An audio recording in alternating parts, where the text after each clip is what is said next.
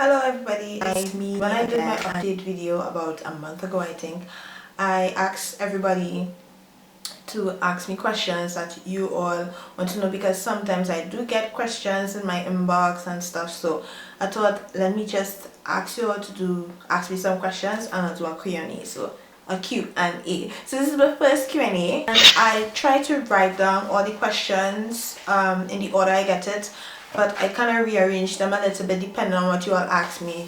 How long have you been married for? So we got married in June of 2011, so that makes it 4 years since we married. How did you meet? Yeah, long story short, I met my husband on the internet, on Facebook.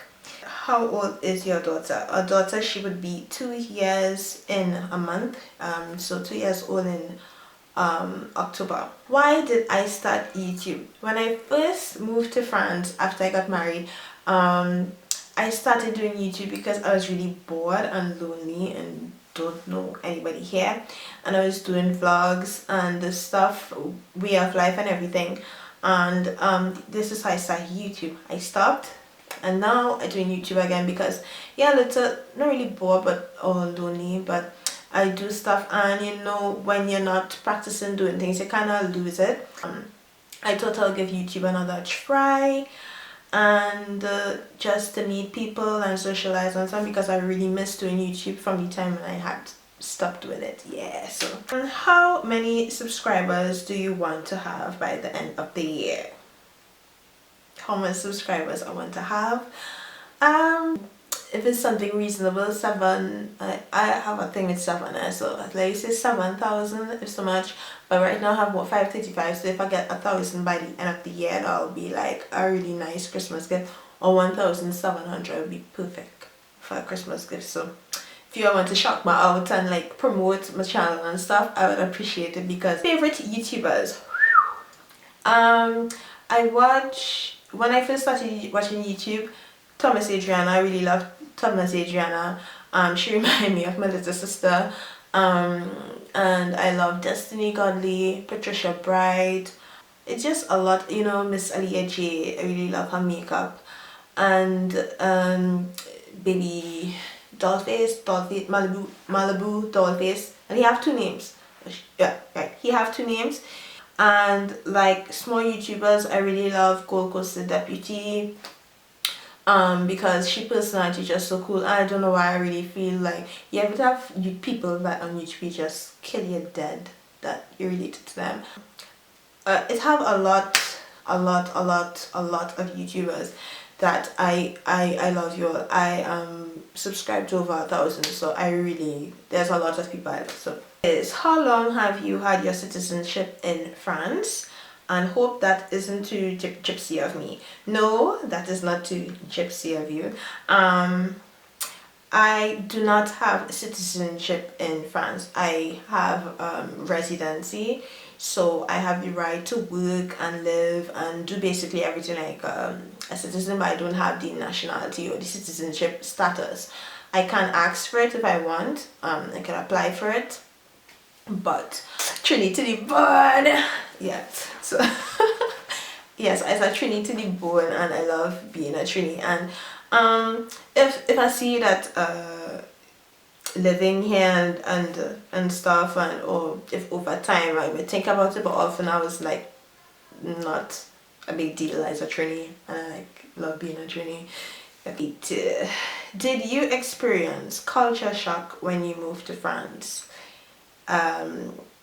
A little bit, yes. If so, which is yes, a bit. What was the biggest adjustment for you? It just, the food is really different, and I am a person, I love to eat, so for me the food is really different, because when it is we go to a restaurant and like it might have dogs and stuff in the restaurant, and where I come from you can't have any dogs in the restaurant. That is like how serious it is. But even if it's a small little place, a bread and breakfast, or a small little place where you have a little snack, a sandwich, you can't bring a dog inside.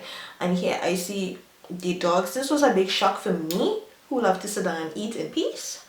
And when I had my first YouTube channel, I did a vlog on this because I went into a restaurant with my husband. I'd had these people had a dog, and the dog got wet because the rain was falling, and while I was eating, the dog shook itself and wet everything on my plate. It wet me. The food itself was already like not tasty. It was definitely even not tasty after I couldn't eat. We left, and they didn't even offer to pay for the meal, and the people in the restaurant was just like, oh really sorry, the management and stuff, they allowed the people to come in with the dog and they didn't even do anything. So that was a big shock for me. I would do this, we go into restaurants sometimes or places sometimes where people can come with their dog inside, whether it was pouring rain outside or snowing, they could come inside with their dog. And I found this is a big shock, and I find it really disgusting. I find if people are allowed to come with the dog inside, at least let them have the dog in the hand or under control, but you don't see a dog wet like that and then the dog wet somebody and you don't do anything, and that was a big shock. Also how they prepare meat and different things, this was like a big shock for my mama as well. Like mussels, you know, in the Caribbean they cut the mussels down and they take out the feces, the black thing in the cuts and everything, they take it out in Trinidad, but here they leave it in. So it has some meals, like I see it and I'm just like, what is that stuff, why it's still in the shell? So it was a bit different. How people dress is completely different. Everything is just so different. And one of the biggest shocks to me was like when I met older people. I met some people or when I met friends of Hussies, and they would like be making jokes and stuff, and they make these like real vulgar sex jokes, or they touch on topics that really taboo or things they say, and it's like really like I would just be like, and they're just like giggling, and it's just the kind of things that usually you don't ever say, or these really taboo topics. So to talk about these things is really like, oh, you don't go there, but the French, they go there. Okay, the French, they go there. And yeah, I don't know, it have a lot of things, y'all. Like, I would probably try and do a different video on that. No. Can you do vlog videos just showing your way of life? Maybe, yes. If I do vlog videos, of course with my family it might be tricky. Huzzy and I decide like our daughter's like no, not on social media, so if I vlog my life it would be really limited. So not so much my family life for now. I don't know if that will change in the future, but if ever, yeah, let you all know. But I would try to do, I do vlogs, you all. I vlog myself talking, or I vlog little things, but I never put the videos online. Never. Since a year now I do vlogs, and I don't really put this stuff there, so I'll have to try and probably put a little more. Can you show weight loss after baby? Are you naturally slim? Tips please. Weight loss after baby, I was 64 kilos before I had a daughter, and then coming on to the end of the pregnancy I was like 70 something kilos, about 74 for sure. When I was, well, from when I came home from the clinic I was 74 kilos. 1 year later after having her I was still 74 kilos, although for the whole year I was doing crunches and exercising to like get my stomach down and stuff while I was breastfeeding. So, and then I lost 4 kilos in December of last year. The 20th of December last year I noticed that I had lost 40 kilos when I had stopped breastfeeding. And then I went to Trinidad and I gained 6 kilos, and since I came back to France I gained 1 kilo. So right now I'm 77 kilos and I am 174 centimeters in height. So I have not really lost weight. I have not really lost weight after the baby. I dress differently and I try to work on my stomach, and I get the stomach a little down, but the weight itself I still have a lot of weight. And yeah. Are you naturally slim? I have always been naturally on the slimmer side, but for many years I worked really hard to keep a certain size because of my scoliosis, and because in my family there's a lot of big women after childbirth, and I was always told that I would get really huge and things like that. So for a really long time I was obsessed with exercising and eating a certain way and stuff, and my diet is basically the same, and I will probably discuss that another time. Tips, please. Yes, I plan to do videos. This is just a little brief thing, but I will try to do more videos on weight loss and maybe the exercises that I do. Maybe this will be more a vlog style, because the editing, really the editing is what kills me. The editing is what avoids a lot of things. I want the editing to be so good that sometimes I just can't bring myself. So yes, I would do videos, try and do vlogs where I show you what I eat and how I work out and exercise and stuff, and give you all tips. I was able to lose weight really quickly before, but now it's not so easy. But of course I know I am not as persistent as I was before, so you do what you could do, right? Did you already speak French, or did you learn upon arriving? Before I came to France, when I was in Trinidad, I had already learned, like in 2006 or 2007. I did 2 courses in conversational French, and I did it in just 3 levels, due to like a basic and a middle level. And for everybody in Trinidad, or when I met people who are locals, they always said my French is so good and perfect and stuff. And when I came here, oh yeah, that was an adjustment, because I go into the store and I trying to speak the French that I learned in the book and heard on the tapes, and it was nothing like that. When it is like, it was so hard. It's like I'm speaking and people is like, what? And they did not understand me, and I could not understand them, and they spoke so fast. It was ridiculous. It was ridiculous. Okay, so then I ended up I came here in August. I came here in the summer, and then in the October, because you have an integration thing to do when you come into France, so they integrate you into the culture and stuff like that. So I did that, and then I had to do French courses, and this is basically where I met like my friends, most of my friends that I have today. I had like the October I came, and then they said once I do good and stuff, I can do the first exam in the January. Well, of course you have the choice like to always not do it if you're taking it ready. And then one day, or let me say it, one day it had this Cuban girl. She come into the class and she was like,